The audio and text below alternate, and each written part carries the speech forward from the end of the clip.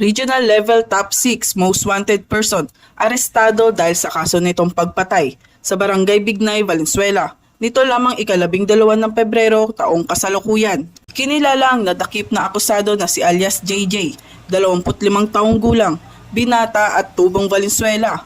Ayon sa ulat, ang mga operatiba ng warrant and subpoena section ay nagsilbi ng warrant of arrest laban sa akusado para sa kasong murder na walang inirekomendang piyansa.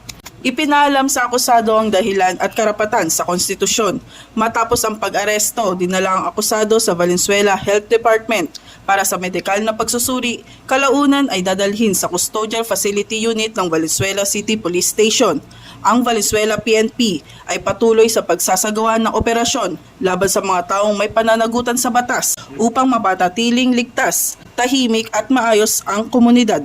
Mula rito sa Northern Police District, ako po ang inyong PNN correspondent, Patrolwoman Glycelan Esperanza, alagad na batas, taga-taguyod ng Balitang Pulis.